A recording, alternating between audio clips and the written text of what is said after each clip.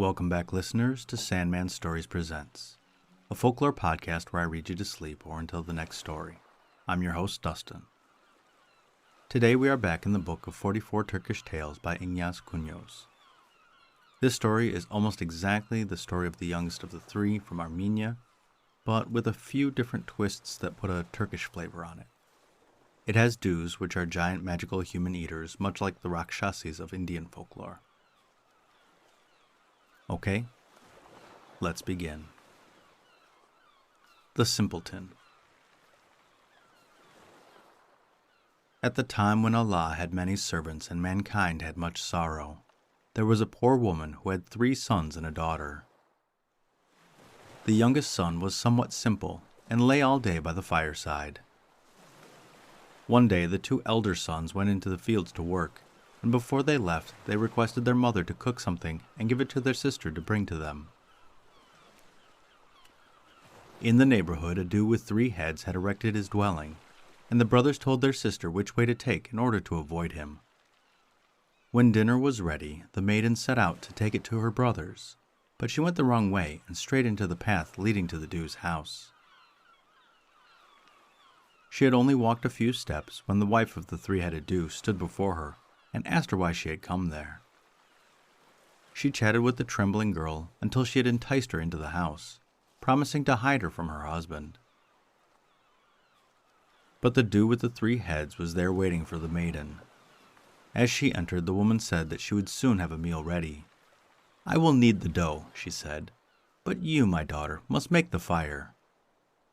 Scarcely had the girl begun to build up the fire than the Jew ran in, opened his mouth, and swallowed her just as she was. In the meantime, the men were expecting their dinner. They waited and waited, but neither girl nor dinner were forthcoming. Evening fell, and when the 2 brothers arriving home learned that their sister had set out in the morning, they suspected what had befallen her. She must have strayed into the Jew's locality. The eldest brother, after a little reflection, resolved to go to the Jew and demand the girl. Walking along, smoking his chibuk and smelling the flowers, he came to a baking oven by the roadside. By the oven stood a gray-bearded man, who asked him where he was going. The brother told him of the misfortune which he feared had overtaken his sister, and added that he was seeking the Jew with the 3 heads in order to kill him. "You cannot kill the Jew," rejoined the old man, "until you have eaten the bread baking in this oven." The youth thought that would be no great feat. Taking a loaf out of the oven, he bit it, then commenced to run around until he had left the man, oven, and bread far behind. Stopping to take a breath, he saw a man carrying a vessel filled with wine. To this man the brother spoke of his business with the Jew. "You can do nothing to the Jew," said the man, "until you have drunk some of this wine." The youth accordingly attempted to drink, but crying, "Oh, my stomach! Oh, my stomach!" he ran from the spot and never paused until he reached 2 bridges. One bridge was of wood, the other of iron. On the opposite side thereof stood 2 apple trees, one bearing sour, the other sweet apples. The Jew with the 3 faces was waiting on the road to see which bridge the youth would choose, the wooden one or the iron one, which apples he would eat, the sweet or the sour. Fearing the wooden bridge might break down, the youth crossed by the iron one. As the sour apples were not ripe, he plucked the sweet ones. The Jew had now learned enough. He sent his wife to meet the youth, and she enticed him into the house. Very shortly he found himself in the Jew's stomach beside his sister. Now the second son set out in search of his brother and sister. He also could not eat the bread, and the wine gave him a stomach ache. He also crossed over the big iron bridge and ate the sweet apples, and arrived eventually in the Jew's stomach. We will now turn our attention to the youngest son. The mother, observing the simpleton get up from the fireside, begged him not to forsake her in her old age. The others had done so, but he at least should remain with her. But the youth would not listen. "No," said he, Till my sister and my brothers are rescued and the Dew killed, I cannot rest." Rising from his corner, he shook off the ashes, and at that moment such a storm arose that all the farmhands ran home, leaving their plowshares in the fields. The simpleton collected all these shares together and took them to the blacksmith, requesting him to make them into a spear which, when thrown into the air, should fall on his finger without breaking. When the smith had made the spear, the youth threw it up in the air, and as it fell back down on his little finger, it broke into fragments. Again the simpleton shook the ashes from him, and another storm arose which sent all the field laborers hurrying home. Again he collected the plowshares and took them to the smith. The second spear was made, but this also was shattered at the trial. For the third time the youth raised a storm, after which he collected all the remaining plowshares and had them made into a spear. This time it did not break when it fell back onto his finger. "That will do," said the simpleton, and he went on his way. Before long he arrived at the baking oven. The baker greeted him, and learning that he was on his way to kill the Dew, informed him that he could accomplish his purpose only after eating the bread and drinking the wine out of the vessel that he would find further on. The simpleton accepted his task, ate up all the bread, drank all the wine, and as he journeyed further he came to the wooden and iron bridges, with the apple trees beside them. The Dew was watching anxiously, and his courage sank when he saw the youth's actions. "Any child of man can go over the iron bridge," thought the simpleton to himself, and so he chose the wooden one. "There is also no art in eating sweet apples," he said, and chose those that were sour. "With this fellow we must deal in a different manner," called the frightened Dew to his wife. "Get ready my spear. We must fight it out." The simpleton had already seen the Dew far off. He walked directly up to him and greeted him civilly. "If you had not greeted me," said the Dew, "I should have swallowed you." "And for my part," retorted the youth, "I should have killed you with a spear thrust had you not returned my greeting." "If you are so valiant," said the Dew with the three heads, "have at you with this spear."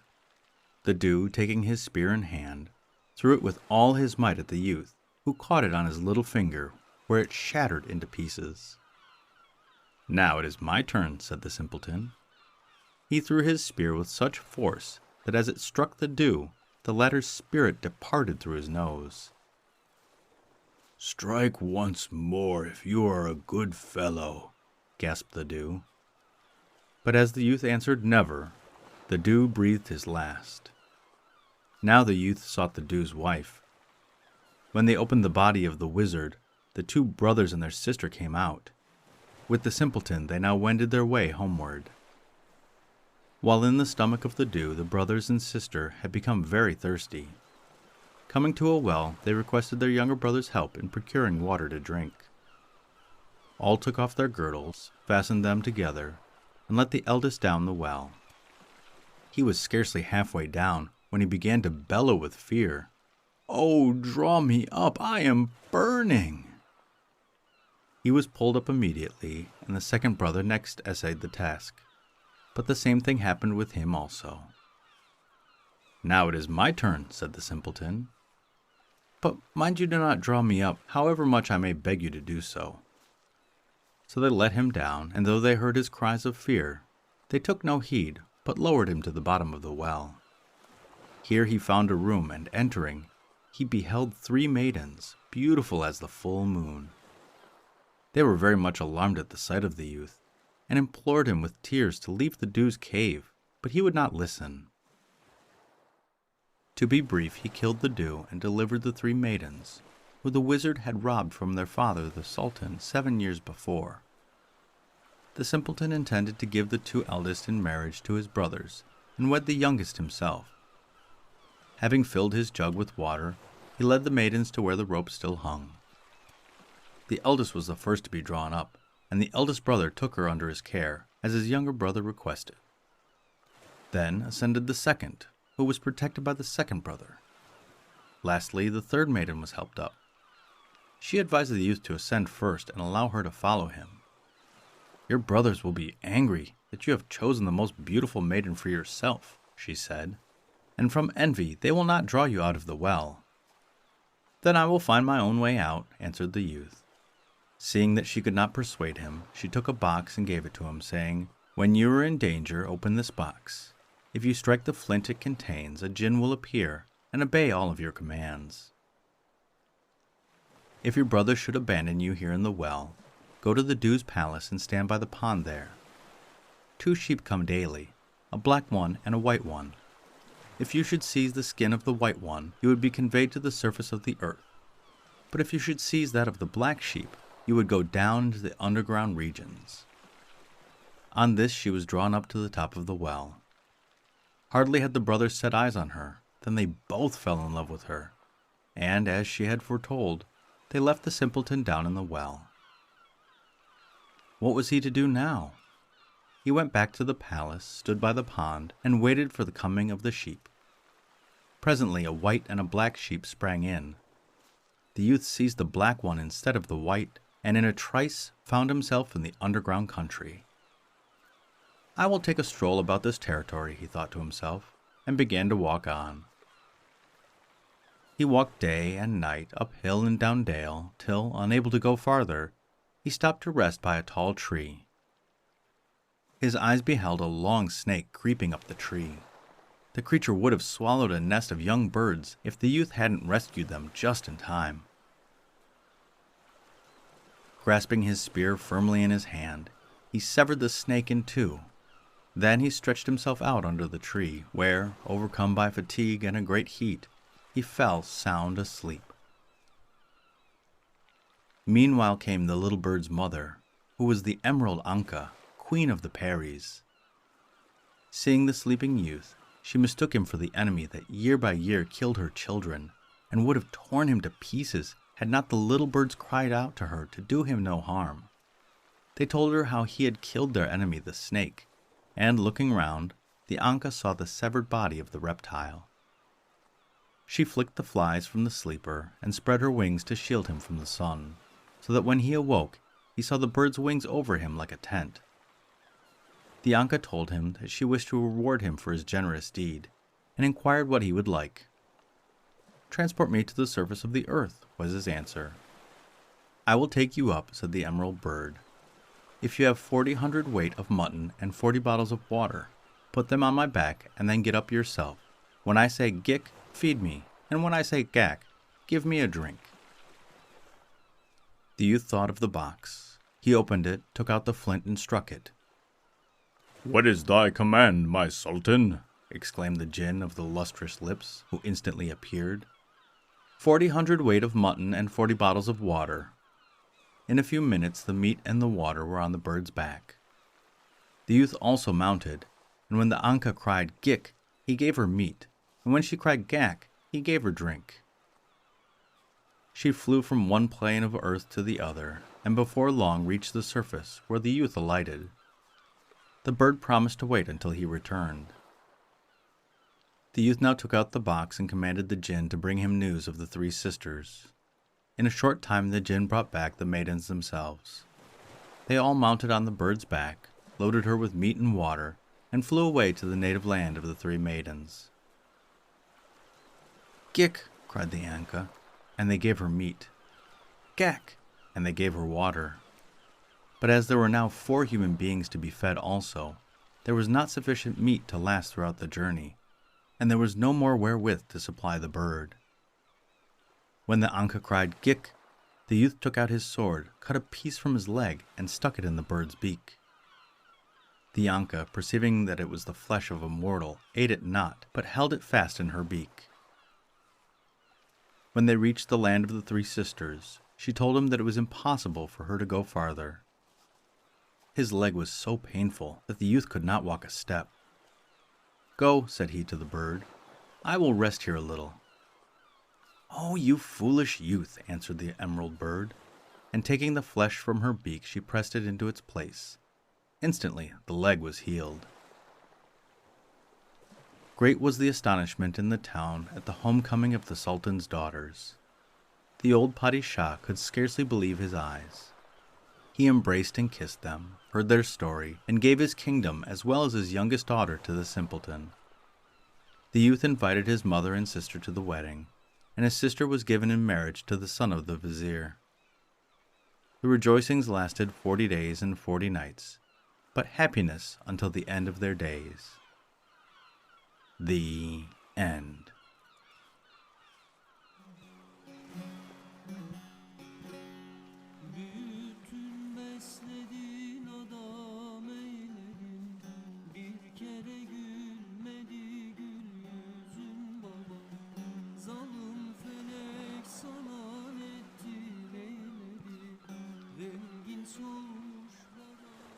Wow, I really like that story. I like how it was pretty much the Armenian one, but with some different twists. A three-headed dew. And there was a bit of talk about the wizard. I think the wizard is the dew. I'm fairly sure. And the Peri, P-E-R-I-S, that is a fairy. So it's a kind of a magical creature. And the shabuk is a long Turkish pipe. It's a pretty cool thing. Go check it out. And with the Armenian tale, the two older brothers are killed and everything is kind of thrown around. But in this one, the two brothers just aren't talked about anymore. And then also in the Armenian one, it's wine that goes to the bird. But in this one, it's water that goes to the bird. So just interesting. And the podcast shout out is to you, Derik. And I know you can't hear it, but I spelled your name right there. D-E-R-I-K. Derik is the host of Ratchet Book Club, among many others. And I hope this is making your morning commute a little bit better. To everyone else, Derik has one of the most entertaining podcasts out there. He reads new books, old books, tearjerkers, and very, very NSFW adult books. He has a voice that pulls you in and commentary that will leave you rolling in the aisles. So go give him a listen and a rating and all that good stuff. And the listener shoutout is to Muscat, Oman. Muscat is the capital and largest city of Oman, and it was part of the name of the country until it was united under the name Oman.